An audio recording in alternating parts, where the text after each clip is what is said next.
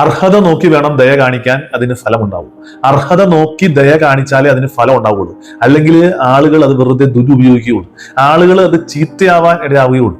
മദ്യപിക്കുന്ന ഒരാളോട് നമ്മൾ അയാൾക്ക് കുറച്ച് കാശ് കിട്ടിക്കോട്ടെ എന്നോർത്ത് നമ്മൾ കുറച്ച് കാശെടുത്ത് അയാളുടെ കൈ കൊടുത്ത് അയാളോട് ദയ കാണിച്ചിട്ട് എന്തെങ്കിലും കാര്യം ഉണ്ടാവുക?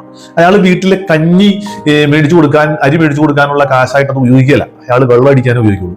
അർഹത നോക്കി വേണം ദയ കാണിക്കാൻ. ഇപ്പൊ ഞാൻ വേറൊരു കാര്യം കൂടെ പറയാം. നമ്മുടെ കാറ്റഗിസം അല്ലെങ്കിൽ സ്കൂളിൽ ഒരു കൊച്ചിന് അറ്റൻഡൻസ് കുറവ് കിട്ടിയാണ്, അതിന് എന്തെങ്കിലും ഒരു പ്രശ്നം ഉണ്ടായിട്ടുണ്ടാവും. അതിന് ആ അറ്റൻഡൻസ് കുറവുണ്ടായതിന്റെ പേരിൽ അവരോട് നമ്മൾ ദയ കാണിക്കാൻ പോകുമ്പോൾ അവർക്ക് അതിനുള്ള അർഹത ഉണ്ടോ എന്ന് നോക്കണം.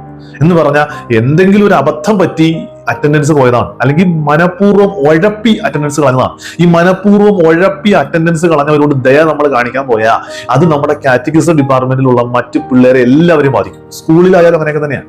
അപ്പം അവന് ഇനിയും മെച്ചപ്പെടണമെന്ന് ആഗ്രഹം ഉണ്ടെങ്കിൽ അവനോട് നമ്മൾ ദയ കാണിക്കും. അതല്ല, ഇതെല്ലാം ഒരു കാര്യമല്ലാത്ത രീതിയിൽ പരിഗണിക്കാതെ പോകുന്ന ഒരുത്തനോട് നമ്മൾ ദയ കാണിച്ച നമ്മളെ തന്നെ അല്ലെങ്കിൽ നമ്മുടെ ആ ഒരു സിസ്റ്റത്തെ തന്നെ നശിപ്പിച്ചു കളയലായിരിക്കും നമ്മൾ കാണിക്കുന്നത്. അർഹത നോക്കി വേണം ദയ കാണിക്കാൻ.